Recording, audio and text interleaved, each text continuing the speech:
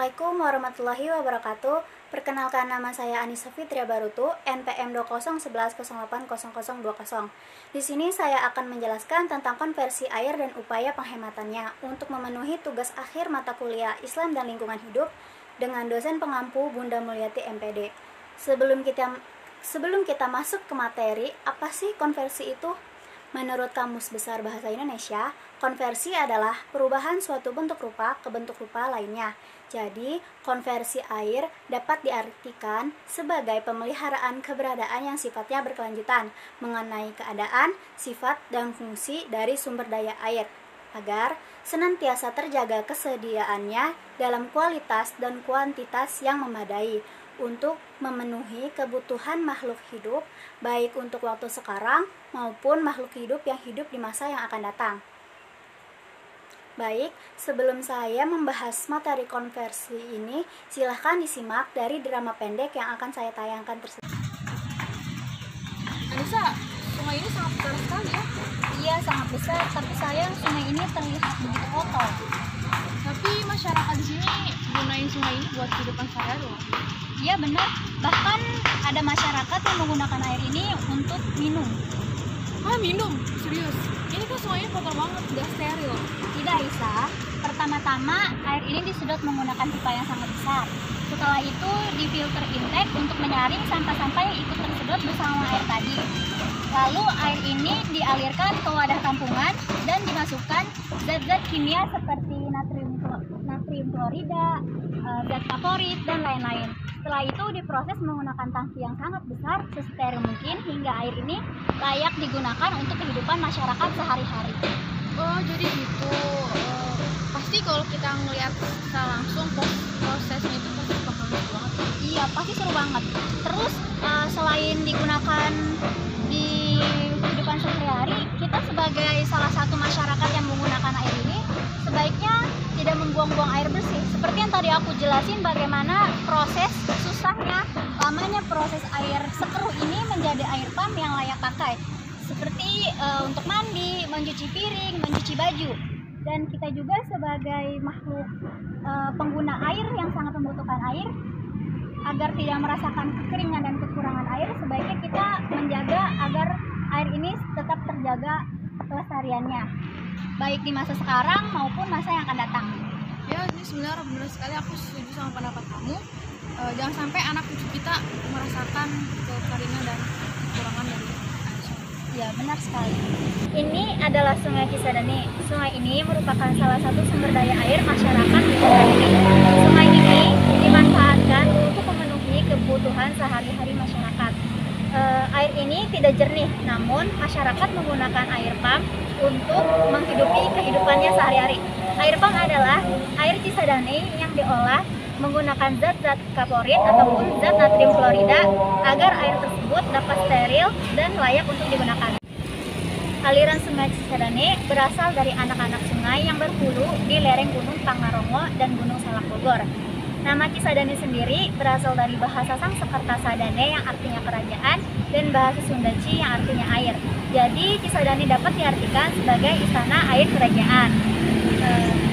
Pada zaman dahulu, pedagang Tionghoa menggunakan air Cisadane untuk berlayar menuju pelosok-pelosok pedalaman Tangerang.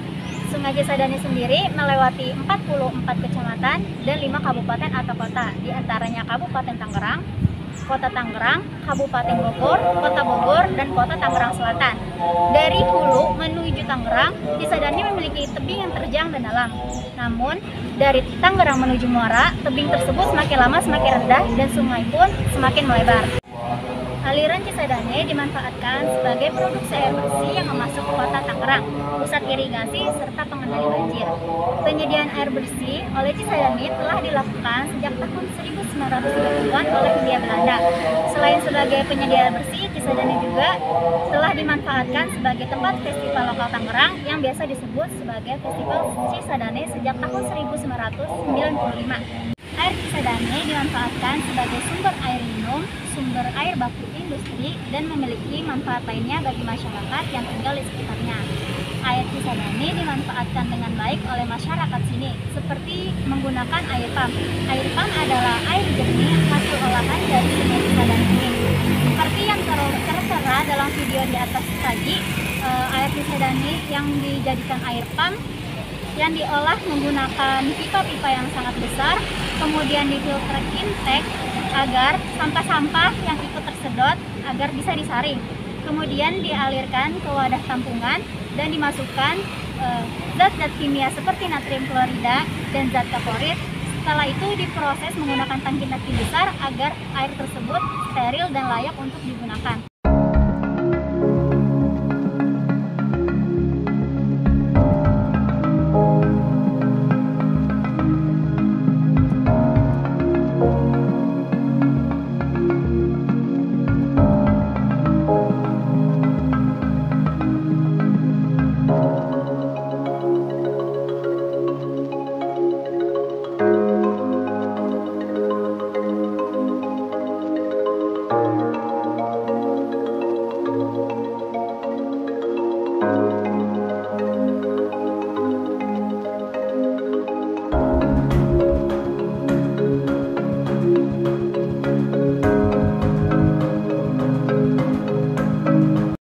Selanjutnya, tujuan dari konservasi air.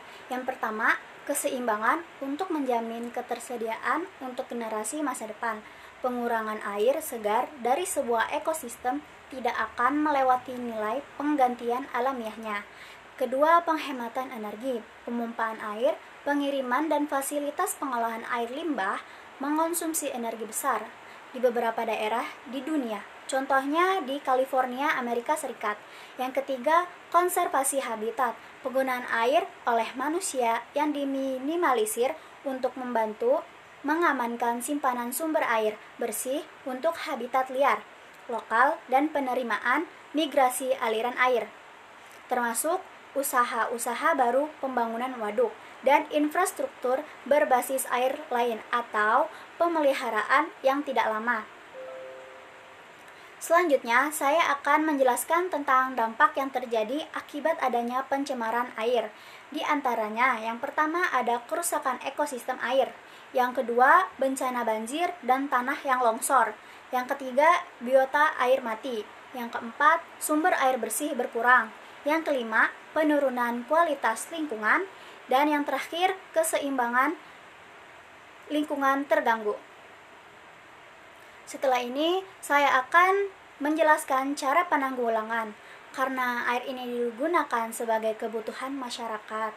Sebagai salah satu penggunanya, kita tidak boleh membuang-buang air yang bersih. Contohnya, jika air tidak digunakan, matikan air. Jika tidak diperlukan, gunakan seperlunya saja dan memantau penggunaan dari air tersebut. Seperti tadi bagaimana yang saya jelaskan dalam drama singkat tadi, bagaimana susahnya dan lamanya proses pembuatan air yang tidak steril menjadi steril, seperti yang kita tahu air pump. Air pump yang dimanfaatkan untuk kehidupan sehari-hari masyarakat, untuk kehidupan mandi, mencuci baju, mencuci piring, dan lain-lain. Kita sebagai salah satu penggunanya harus menjaga alam kita, agar nanti di masa yang akan datang, kita tidak merasakan kekurangan atau kekeringan air, agar keberadaan air tetap terjaga, baik di masa sekarang maupun masa yang akan datang. Jika bukan kita, siapa lagi yang bisa menjaga alam kita dan sekitar kita? Selanjutnya, saya akan menjelaskan tentang cara sederhana penghematan air di rumah. Yang pertama, penggunaan air yang terus-menerus kita pantau. Yang kedua, matikan air jika tidak diperlukan. Membuat durasi mandi agar tidak membuang-buang air. Jangan tunda perbaikan air jika perbaikan pipa air jika bocor. Gunakan keran aerator, penggunaan filter air minum, mencuci buah dan sayur dalam wadah. Cukup sekian dari saya, kurang lebihnya mohon maaf. Wassalamualaikum warahmatullahi wabarakatuh.